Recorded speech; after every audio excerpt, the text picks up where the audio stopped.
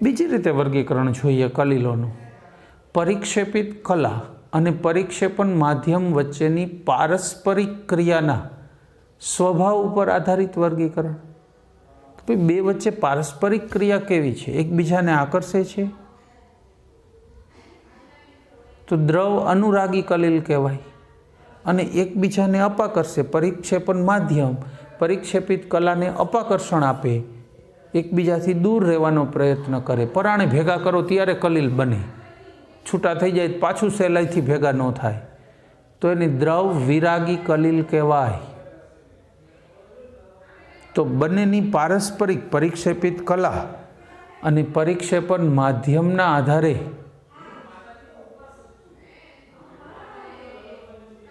બે પ્રકાર પડે કલીલોના. દ્રવ અનુરાગી કલીલ અને દ્રવ વિરાગી કલીલ. કયા બે પ્રકાર પડશે? દ્રવ અનુરાગી કલીલ. દ્રવ અનુરાગી કલીલ એટલે દ્રાવક અને દ્રાવ્ય, ટૂંકમાં પરિક્ષેપિત કલા અને પરિક્ષેપણ માધ્યમ બંને એકબીજાને આકર્ષે એવા કલીલ. ગુંદર, સ્ટાર્ચ, જીલેટીન, રબર એ બધાના કલીલો એવા હોય કે જે માધ્યમને આકર્ષે, બરાબર, સહેલાઈથી બની જાય. તમે ગુંદરને પાણીમાં ઉગાડો એટલે કલીલ તૈયાર થઈ ગયો. ગરમ કરો તો પરિક્ષેપણ માધ્યમનું બાષ્પીભવન થઈ જાય, ઉડી ગયું એટલે એકલો ગુંદર પાછો વધે ઘન. એને પાછો પાણીમાં ઉગાડો તો પાછું કલીલ રચાય. એટલે તમે આ કલીલની રચના ગમે એટલી વાર ફરીથી કરી શકો. આવા સોલને પરિવર્તનીય સોલ કહેવામાં આવે છે. શું કામ પરિવર્તનીય સોલ કહે છે?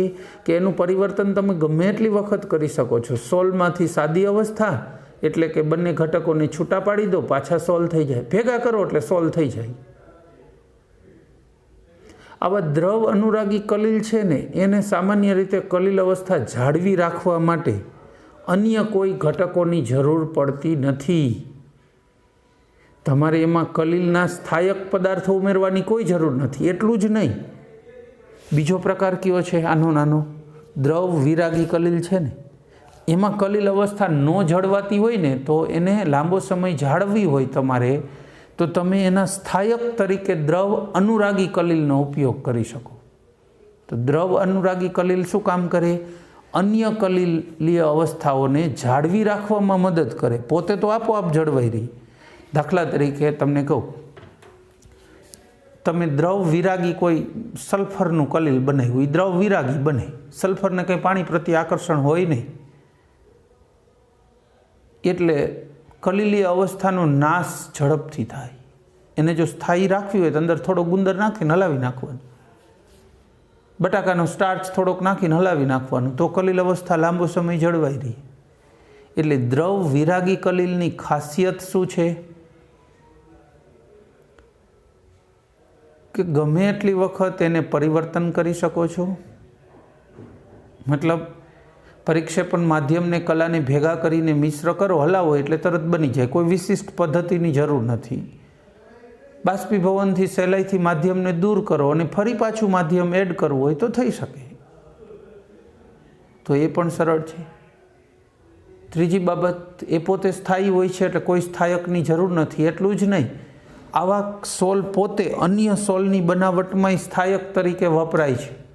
દાખલા તરીકે દ્રવ વિરાગી કલીલ બનાવવા હોય તો એના સ્થાયી બનાવવા માટે આ ઉપયોગી છે.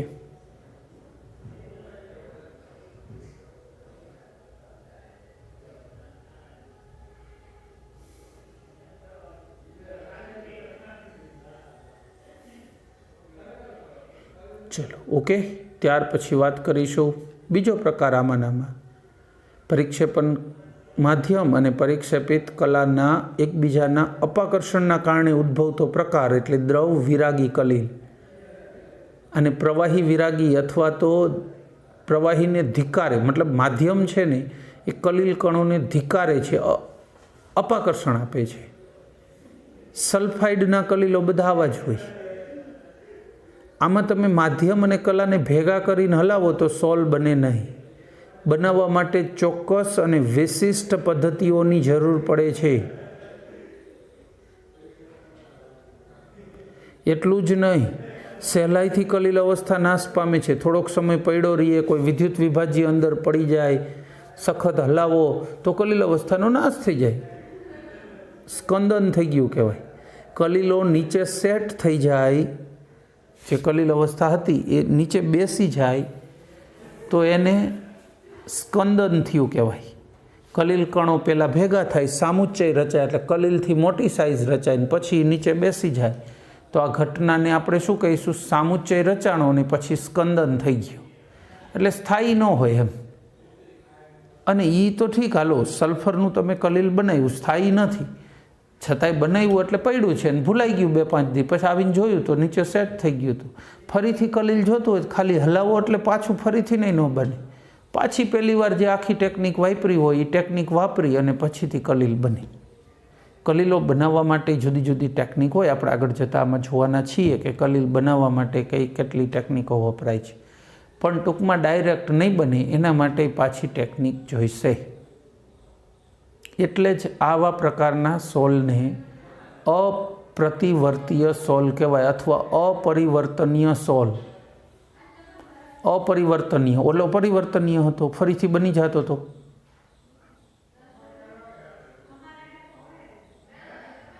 આવા સોલને રચવા માટે સ્થાયકની જરૂર પડે. મેં કીધું ને, દ્રવ અનુરાગી કલીલ જ સ્થાયક તરીકે ચાલી શકે. લ્યો, આની અંદર તમે એને ઉમેરો તો આ સ્થિર રહે, ગુંદરનું દ્રાવણ ઉમેરો તો આ કલીલ સ્થાયી રહે, એમનેમ નથી રહેતો.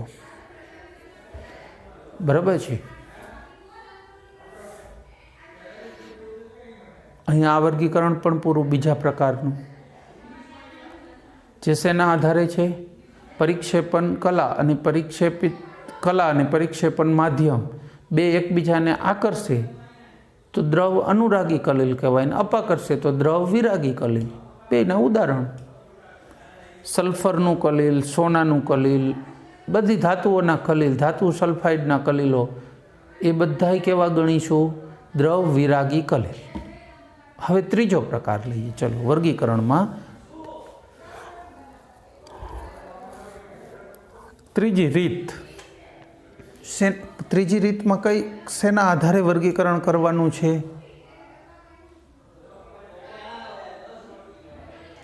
કલીલ કણોના પ્રકાર ઉપર. બહુ આણ્વીય છે, વિરાટ આણ્વીય છે કે સામુચ્ચિત કલીલ છે?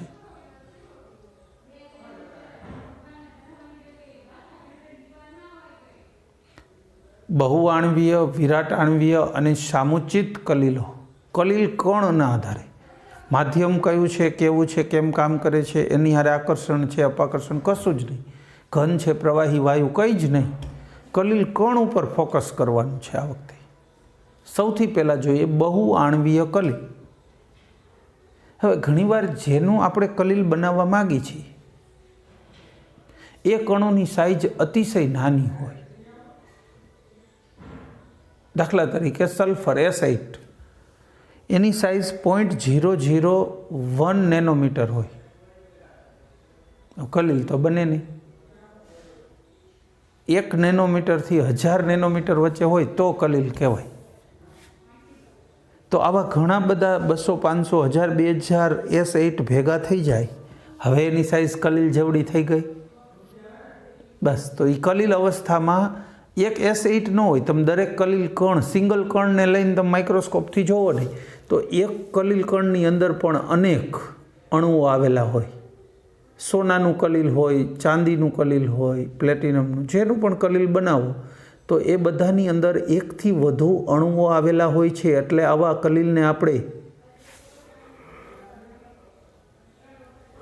બહુ આણ્વીય કલીલ કહીશું.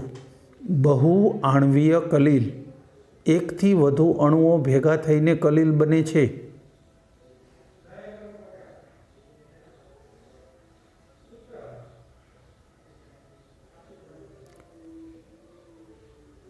સિંગલ અણુની સાઇઝ કલીલથી નાની છે, દ્રાવણ બની જાય. એટલે કલીલની સાઇઝ પ્રાપ્ત કરવા માટે ઘણા બધા અણુઓ, ઘટકો ભેગા થાય છે અને કલીલની રચના કરે છે. બહુ આણ્વીય કલીલ. રેડી? પછી બીજું જોઈએ વિરાટ આણ્વીય કલિલ. વિરાટ આણ્વીય કલિલ કોને કહીશું? સિંગલ અણુ જ વિરાટ હોય, કલિલની સાઇઝનો હોય. જેમ કે પોલિમરના અણુ, પછી કુદરતી પોલિમર હોય પ્રોટીન તોય ભલે, સંશ્લેષિત પોલિમર હોય તોય ભલે, એનું સાચું દ્રાવણ તમે બનાવો ને, રિયલ દ્રાવણ કોને કહેવાય? જેમાં દરેક અણુ છૂટા પડી જાય એને સાચું દ્રાવણ કહે. આમાં દરેક અણુ છૂટા પાડો ને તોય એની સાઇઝ કલિલ જેવડી છે. એનું સિંગલ અણુનું કદ જ કલિલના ગાળામાં આવે છે. આવા કલિલ સૌથી સ્થાયી હોય, કારણ કે સાચા દ્રાવણની જેમ સિંગલ તમે ખાંડનું દ્રાવણ બનાવો તો લાંબો સમય સુધી સ્થાયી રહેશે, કારણ ખાંડ પાણીમાં ઓગળે છે. એવી રીતે આ ઓગળી ગયા. રિયલ આમ કેટલાક સંદર્ભમાં તો આ સાચું દ્રાવણ જ છે, સાચા દ્રાવણો જ કલિલ છે ડાયરેક્ટ. સ્ટાર્ચ, સેલ્યુલોઝ, ઉત્સેચકો, પ્રોટીન, પછી રબરોમાં કોઈ પણ રબર, પોલિઇથિન, પોલિપ્રોપિન રબર, પછી પીવીસી, પોલિસ્ટાયરીન, નાયલોન, બુનાયસ, આ બધા જ પોલિમરને તમે ઓગાળો યોગ્ય દ્રાવકમાં. સામાન્ય રીતે કહું, રબરિંગ પોલિમર જેટલા છે ને એનિલિનમાં ઓગળે છે, રબરવાળા પોલિમર. બુનાયસ ઓગાળવું હોય તો એનિલિનમાં સરસ ઓગળે. પછી એ સિવાયના પોલિમર છે માની લો કે, તો એ કાર્બનિક દ્રાવકોમાં ઓગળે છે. દાખલા તરીકે DMF, ડાયમિથાઇલ ફોર્મેમાઇડ, એની અંદર પોલિઇથિન, પોલિપ્રોપિન, નાયલોન એ ઓગળી જશે. તો એની અંદર ઓગાળી નાખો એટલે સીધું કલિલ જ બનશે. પણ બરાબર છે, ઘન સોલ જ બનશે, સીધો સોલ જ. પછી સોલ, એમ ઘન સોલ એટલે સોલ, ઘનનું પ્રવાહીમાં કલિલ બને ને એને સોલ કહેવાય, એટલે સીધો સોલ જ બનશે. એટલે આને આપણે કેવો કહીશું? વિરાટ આણ્વીય કલિલ. અને ત્રીજો કલિલ આ બેયથી વિશિષ્ટ સામુચ્ચિત કલિલ અથવા મિસેલ.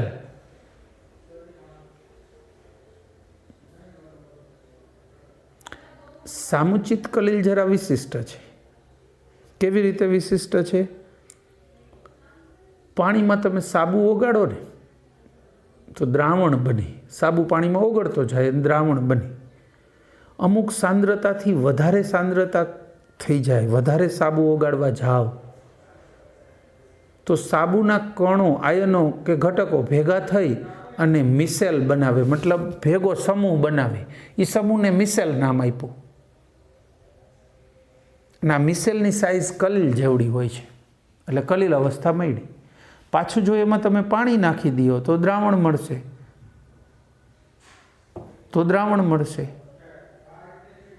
એ દ્રાવણમાં વળી પાછો થોડોક સાબુ ઓગાળો તો પાછું કલિલ મળે. ટૂંકમાં અમુક ચોક્કસ સાંદ્રતાથી સાંદ્રતા વધે ત્યારે કલિલ અવસ્થા પ્રાપ્ત કરે, અને ઓછી સાંદ્રતા હોય તો દ્રાવણ બને.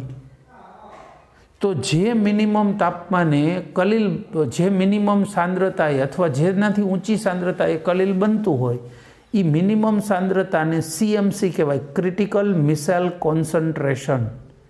ક્રિટિકલ મિસેલ કોન્સન્ટ્રેશન, ક્રાંતિક મિસેલ સાંદ્રતા. હા, એમાં ચોક્કસ તાપમાન હોવું જોઈએ, કારણ કે તાપમાન અતિશય નીચું હોય ને તો એ કલિલ બનવામાં મુશ્કેલી પડે છે. તો જે મિનિમમ તાપમાને આવો સામુચિત કલિલ બનતો હોય એને craft temperature, TK, craft temperature કહેવાય. તો ટૂંકમાં ક્રાફ્ટ તાપમાન, આપણે ઇન્ડિયામાં નોર્મલ તાપમાન છે એ ક્રાફ્ટ તાપમાનથી ઊંચું જ છે. નોર્મલ તાપમાને કલિલ બને છે સાબુનો. બીજું સાંદ્રતા 10⁻³ થી 10⁻⁴, એટલે 0.001 થી 0.0001 મોલ પર લિટર, એટલે મોલર સાંદ્રતા હોવી જોઈએ. સાબુના 100-125 અણુઓ ભેગા મળી અને મિસેલ બનાવે. આપણે આ મિસેલની રચના જોઈએ, સાબુ કઈ રીતે આવી મિસેલમાં પરિવર્તિત થાય છે એની વાત કરીશું. મિસેલની રચના જોઈશું, બરાબર છે. એમાં એક બીજો શબ્દ કંઈક હતો સાબુ માટે. યસ, સાબુ શું હોય છે? આપણે મિસેલની રચના જોવી છે, હું એના માટે જ વાત કરું છું. સાબુ છે ને ફેટી એસિડના સોડિયમ કે પોટેશિયમ ક્ષાર હોય, નાવાનું સાબુ હોય તો પોટેશિયમ ક્ષાર, કપડાં ધોવાનું સાબુ હોય તો સોડિયમ ક્ષાર. ફેટી એસિડ, શરીરમાં ફેટી એસિડ કોને કહેવાય? 12થી માંડીને 18, 12, 14, 16, 18 કાર્બનવાળો કાર્બોક્સિલિક એસિડ જે કુદરતી રીતે મળે છે તેલમાં ને. કુદરતી ફેટી એસિડમાં બેકી સંખ્યામાં કાર્બન હોય, એકી નથી હોતા. લેબોરેટરીમાં તમે એકી સંખ્યાના બનાવી શકો, પણ આવા બેકી સંખ્યામાં 12થી 18 કાર્બન ધરાવતા જે ફેટી એસિડ હોય, દાખલા તરીકે સોડિયમ સ્ટીઅરેટ, એનો સોડિયમ ક્ષાર એટલે સાબુ, સોડિયમ સ્ટીઅરેટ. એમાં બજારમાં સાબુના તૈયાર લાટા મળે. લાટા એટલે શું? તમે બજારમાં હોલસેલમાં સાબુ ખરીદો ને, આપણે જે હોલસેલ બોલી છીએ એ નહીં.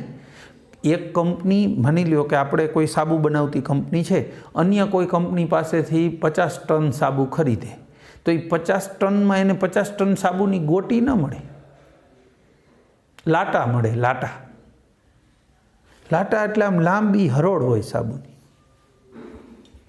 2-3 ફૂટ લાંબી, 4 ફૂટે હોય. પછી એને એ લોકો શું કરે, એની ડાયમાં મૂકે, એટલે જેવડી સાઇઝ જરૂર હોય ને એને એ અહીંયાથી કટ કરે અને પછી એને ડાયમાં પ્રેસ કરે એટલે ઉપર પોતાની કંપનીની છાપ લગાવી શકે. એટલે ખરીદનાર કંપની પોતાની છાપ લગાવીને બજારમાં વેચે ને એમ.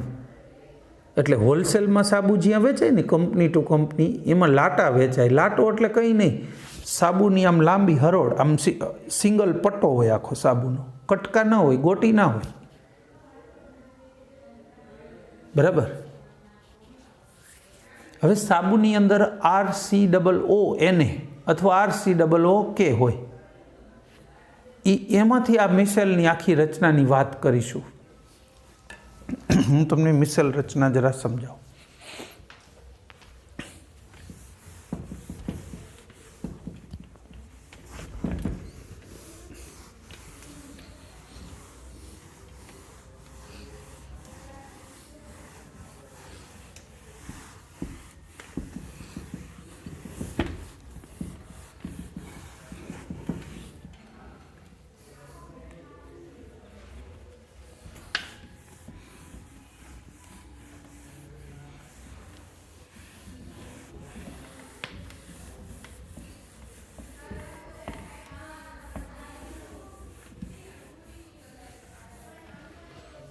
આપણે મિસેલની રચના જરા સમજીએ.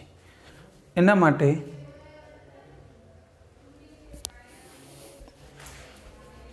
સાબુની રચનાની પહેલાં વાત કરી દઈ. સાબુમાં રચના કેવી હોય છે? માની લો કે સોડિયમ સ્ટીઅરેટ, એમાં કેટલા કાર્બન હોય? 18. C17H35 COO અને સોડિયમ સ્ટીઅરેટ કહેવાય સાબુ. આની અંદર ગોઠવણી જોવા જાવ તો આવી હોય.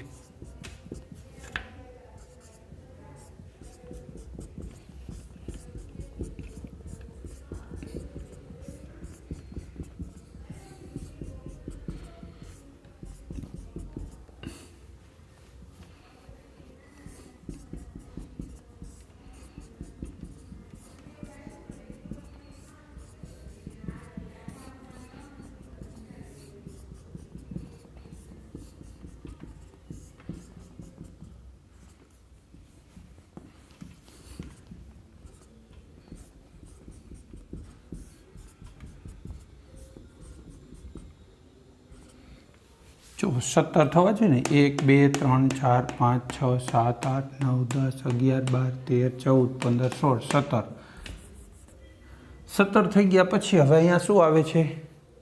COO ને, હાલો COO ને, આ પ્લસ હોય અને આ માઇનસ હોય. લ્યો, આ સોડિયમ સ્ટીઅરેટ સાબુ થઈ ગયો. આને સિમ્બોલિક રીતે દર્શાવવા માટે આપણે અત્યારે આકૃતિમાં શું છે, આવા આપણે કેટલાય બધા અણુ દોરવા હોય તો દરેકમાં આવું કેટલું સમાશે, તો આપણે આને આમ સિમ્બોલિક રીતે દોરી શકાય. એમ કરીને અહીંયા બતાવી દેવાનું. આ ઋણભાર કોનો? ઓક્સિજનનો. જેવો પાણીમાં સાબુ પડશે એટલે આયનીકરણ તો થઈ જ જવાનું, એને છૂટો પડી જશે આયનીકરણ થયા પછી. આ માઇનસ વીજભારવાળો ભાગ, અને આમાં કોઈ વીજભાર નથી. જો આ પૂંછડી કહેવાય, આમાં કોઈ વીજભાર નથી. છે જે કાંઈ વીજભાર હતો એ તો છેડે હતો. પાણીમાં જેવું જશે એટલે પાણીમાં સોડિયમ તો આયનીકરણથી છૂટું પડી જશે. હવે આ ઓક્સિજનવાળો ઋણ ભારવાળો ભાગ, આને હેડ અથવા શીર્ષ કહીશું. અને આ પૂંછડી કેવી છે? અધ્રુવીય. અને હેડ અથવા શીર્ષ કેવું છે? ધ્રુવીય, વીજભારિત. ટૂંકમાં પૂંછડી વીજભાર વિહીન છે. પૂંછડીમાં કોઈ જાતનો વીજભાર આવેલો નથી. જ્યારે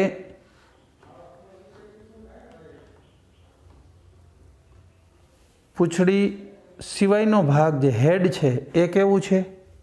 વીજભારિત છે. હવે માની લો કે તમે કોઈ ડિટર્જન્ટની વાત કરતા હોય, ડિટર્જન્ટ, તો ડિટર્જન્ટમાં આર એટલે અધ્રુવીય પૂંછડી, SO3 એને આ માઇનસ ને આ પ્લસ. બરાબર છે? કદાચ અહીંયા ચોપડીમાં છે ને SO4 લખ્યું હશે. યસ, SO4 ચાલે, એ તો જે તે છે એ જ મૂકવાનું છે ને. SO4 -2 હોય ને એટલે SO4 જ હશે. તો આ ડિટર્જન્ટ થયું, આની પાણીમાં ઓગળશે એટલે આમ થઈ જશે. તો આપણે આરને આવી પૂંછડી રૂપે દર્શાવો, અધ્રુવીય પૂંછડી, અને હેડ એટલે SO4. સાબુ હોય તો COO હોય, ડિટર્જન્ટ હોય તો SO4 હોય. હવે શું છે એનું બહુ મહત્ત્વ છે પણ નહીં.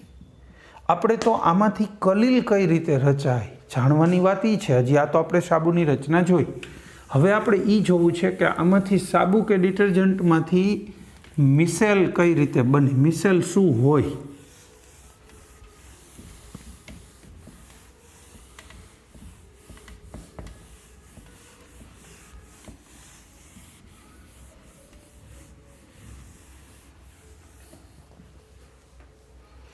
મિસેલની વાત કરીએ. અહીંયા તમે પાણી લીધું કોઈ પાત્રમાં, આમાં સાબુને ઓગાળવા જશો તો પાણી પ્રત્યે આકર્ષાતો ભાગ કયો હોય? ધ્રુવીય ભાગ, એટલે માથું, હેડ. એટલે જ્યારે સાબુને થોડોક ઓગાળવાની કોશિશ કરો ને તો એ આવી જ રીતે ઓગળે. માઇનસવાળી હેડ નીચે અને પૂંછડી ઉપર, ચોટલી ઉપર. બરાબર?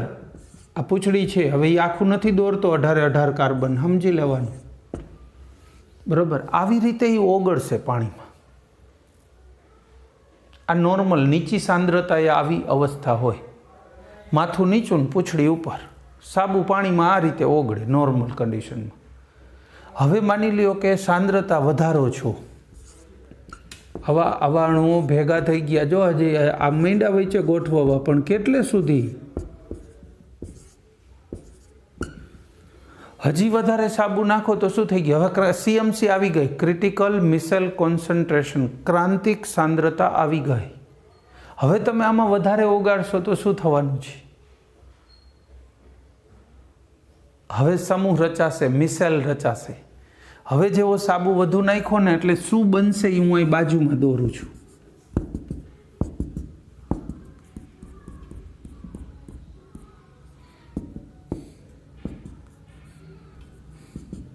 રેડી? અહીંયા શું બનવાનું છે? હવે પૂંછડી અંદર રહીએ, ધ્રુવીય ભાગ બહાર રહીએ, આવી રીતે બધા અંદર પાણીમાં ખેંચાઈ જાય. ટૂંકમાં જે પૂંછડીઓ બધી ઉપર હતી ને એને પાણીમાં ખેંચી લેવામાં આવે. આ મિસેલ બનીને જાતે આવું થાય. હેડ બહાર રહીએ, કારણ કે હેડને પાણી તરફ આકર્ષણ છે, પૂંછડીને આકર્ષણ નથી, એટલે પૂંછડીઓ અંદર બધી ગોઠવાઈ જાય. એટલે પાણીના અણુઓ સંપર્કમાં કોના આવવાના? હેડના ને. હેડને તો પાણી પ્રત્યે આકર્ષણ છે, નો પ્રોબ્લેમ. બધાની પૂંછડીઓ અંદર અને માથું બહાર, એવી રીતનું આખું આજે બની ગયું. આને મિસેલ કહેવાય. સાંદ્રતા વધી, હવે બધા સપાટી ઉપર સમાય એમ નહોતા એટલે અંદર આવી ગયા. આવો મિસેલ એક ન બને હો, એવો અહીં બીજો બને. એક મિસેલની અંદર આવા સાબુ અથવા ડિટર્જન્ટના કેટલા અણુઓ હોય? આપણે કહીએ છીએ 101 જેટલા. થોડા ઘણા વધઘટ હોઈ શકે ભાઈ, એવું રાઈટ નહીં સમજવાનું. 100 એટલે રાઈટ 100 જ ગણીને 100 જ હોય. એ તો 90 હોય ને 110 હોય, 120 હોય. આ બીજો મિસેલ. આ મિસેલની સાઇઝ કલીલ જેવડી છે. હવે આ કલીલ તરીકે વર્તે. એટલે સાબુને તમે થોડોક પાણીમાં ઓગાળો ને તો એ દ્રાવણ બનાવે, વધારે ઓગાળો ને તો પછી આવું કલીલ બની જાય. કલીલ બનવા માટેની 2 રિક્વાયરમેન્ટ મેં તમને કીધી. એક TK એટલે ક્રાફ્ટ ટેમ્પરેચર, ક્રાંતિક તાપમાન, ક્રાફ્ટ તાપમાન એને કહીએ, અને બીજું ક્રાંતિકલ મિસલ સાંદ્રતા. આ 2ની અનુકૂળતા હોય તો આવો મિસલ રચાઈ જાય. બરાબર. સાબુ હોય કે ડિટર્જન્ટ, મિસલ રચના તો સરખી જ. અહીંયા માઇનસ વીજભાર સાબુ હોય તો COO માઇનસનો હોય, ડિટર્જન્ટ હોય તો SO4 માઇનસનો હોય. બાકી એમાં બીજો કોઈ ફરક નથી. બરાબર. સાબુ કે ડિટર્જન્ટ બંને સંજોગોમાં શું રહેવાનું છે? આવા મિસલ બની જશે. મિસલ સરખા જ રહેશે. બરાબર છે. મિસલ તો બેયમાં સરખા જ રચાશે, એમાં કોઈ ફરક નથી આવતો. હવે આપણે એક બીજી બાબત આટલું ભણ્યા છીએ મિસેલમાં, તો સાથે સાથે જોઈ લઈએ સ્વચ્છીકરણ કઈ રીતે થાય. આ મિસેલને આયનીય મિસેલ પણ કહેવાય. આ વીજભાર છે ને, આયન ધનભારિત ઋણભારિત થયા ને મિસેલ, એટલે ઘણી વખત આને માટે અમુક બુકની અંદર શબ્દ આયનીય મિસેલ હોય, તો એ આ જ છે, આયનીય મિસેલ. હવે સ્વચ્છીકરણ આપણે સામાન્ય રીતે સાબુનો કે ડિટર્જન્ટનો ઉપયોગ શેના માટે કરતા હોય છે? સાબુ કે ડિટર્જન્ટ કપડાને સાફ કરવા માટે, કોઈ સપાટીને સાફ કરવા માટે. તો કપડાં કે સપાટી ઉપર ચોટેલો મેલ, તૈલી દાગ ધબ્બા, ચરબીવાળા ડાઘ ધબ્બા એ બધાને દૂર કરવા માટે વાપરી છે. ગ્રીસ, તેલ બધું દૂર કરવા માટે. દાખલા તરીકે આ એક સપાટી છે, આના ઉપર અહીંયા ગ્રીસ લાગેલું છે. બરાબર, આ ગ્રીસ લાગેલું છે. હવે હું સાબુ કે ડિટર્જન્ટ વડે આને ધોવાની ટ્રાય કરીશ ને, એટલે ધીમે ધીમે શું થઈ જશે? મિસેલ જે રચનામાં ગોઠવણ હતા ને એ ડિટર્જન્ટના અણુઓ અહીંયા આવી રીતે ગોઠવાશે. આ મિસેલ જ હોય, આને ઘેરી વળે. આ મિસેલ હોય ને આને ઘેરી વળે. જો મિસેલ ન હોય ને, મિસેલ બન્યા ના હોય, સાંદ્રતા ઓછી હોય સાબુની, તો ધીમે ધીમે આવી કણો જમા થતા જાય સાબુના, તો વાર લાગે થોડી ધોવાતા. એટલે આપણે કપડાને પાણીમાં ડિટર્જન્ટમાં પલાળી રાખવા પડે. અને જો તમે સાંદ્રતા વધુ લીધી હોય તો બહુ પલાળી ન રાખો તો પણ મિસેલ તરત આવી નાના ઉપર ચોંટી જાય. હવે પૂંછડી અંદર રહેશે, કારણ કે ગ્રીસ, તૈલી ભાગ કે ચરબી કે એ બધા શું છે? અધ્રુવ્ય ઘટકો છે. અધ્રુવ્ય ને અધ્રુવ્ય તરફ આકર્ષણ હોય, એટલે એને હેડ તરફ આકર્ષણ નથી. આ પાણી જ છે આખું. આપણે પાણીમાં કપડું બોયડું છે એમ સમજી લો. પાણીની અંદર ગ્રીસ, તેલ કે ચરબીવાળી જે સપાટી હોય, કપડું બોયડું, તો કપડાની સપાટી ઉપર આ મિસેલ આવી રીતે ચોંટવા આવશે. હવે આ ઝાઝા બધાથી આ પૂંછડિયું એ બધી ગ્રીસને ઉખાડી લેશે સપાટીથી દૂર, કારણ કે એને તો પાણી પ્રત્યે આકર્ષણ છે. સપાટીથી દૂર ઉખાડીને અહીંયા આવું કરી નાખશે. જો આ ગ્રીસ અહીંયા વચ્ચે આવી જાય, આ પૂંછડી અંદર, ધ્રુવીય ભાગ બારે.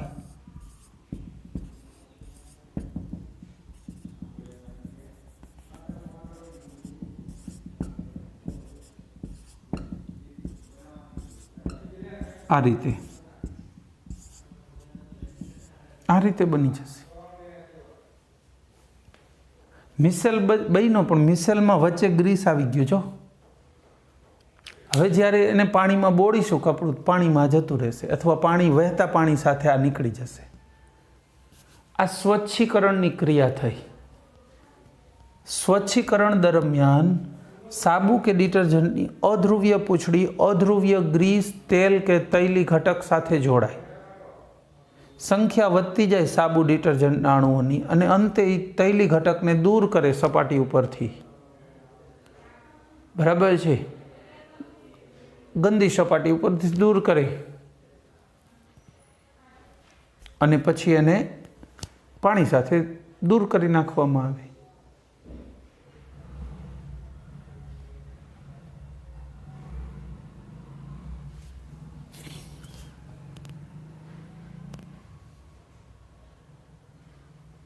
આ તૈલી ઘટક છે ને, તેલ અને પાણી એના મિશ્રણને શું કહેવાય? બે પ્રવાહી એટલે ઇમલ્સન કહેવાય ને.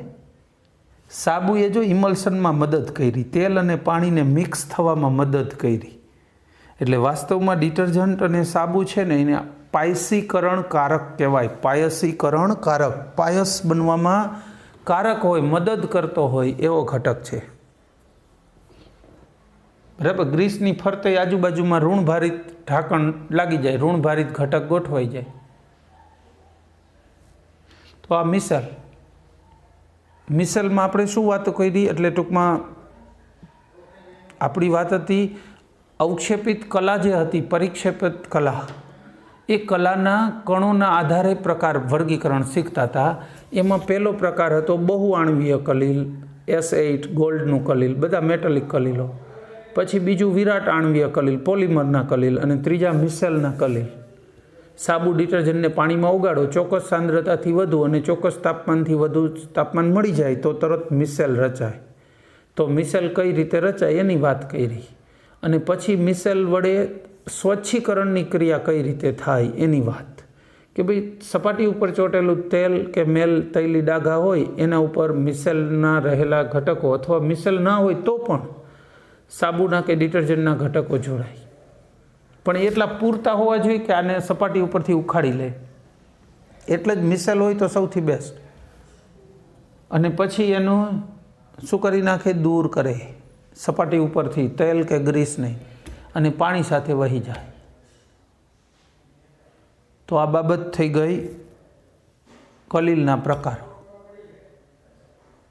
જો આપણે સૌથી પહેલાં કલીલની વ્યાખ્યા જોઈ, વર્ગીકરણ જોયું. હવે કલીલ બનાવવાની પદ્ધતિઓ જોવી છે. જુદી જુદી રીતે કલીલો બનશે એવી પદ્ધતિઓ આપણે ભણવી છે. પણ આઈ થિંક આજે આપણી પાસે એટલો સમય નથી કે આપણે કલીલ બનાવવાની પદ્ધતિઓનો પૂરો અભ્યાસ કરી શકીશું. બરાબર છે? છતાંય જોતા જઈએ. એક જ મિનિટ. બસ, તો આમાં વચ્ચે કાંઈ રહેતું નથી. મારા મતે કમ્પ્લીટ આપણે પૂરું જ થાય છે.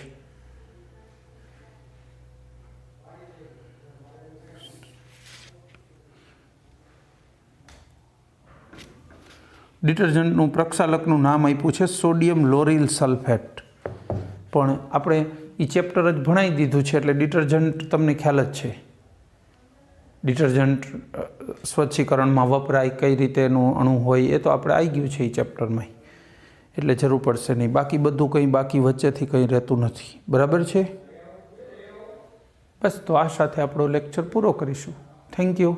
જય હિન્દ.